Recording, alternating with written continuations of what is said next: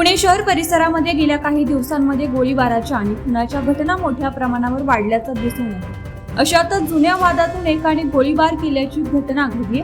मावळमधील देहू रोडच्या गांधीनगर परिसरात जुन्या भांडणाच्या वादातून हा गोळीबार करण्यात आला। देहू रोड येथे वाढदिवसाचा कार्यक्रम सुरू असताना सराईत गुन्हेगाराकडून हा गोळीबार करण्यात आलाय। या घटनेमध्ये एक जण गंभीर जखमी झाला होता। गोळीबारात जखमी झालेल्या व्यक्तीला देहू रोड येथील हॉस्पिटलमध्ये उपचारासाठी दाखल करण्यात आलं होतं, मात्र उपचारादरम्यान त्याचा मृत्यू झाला।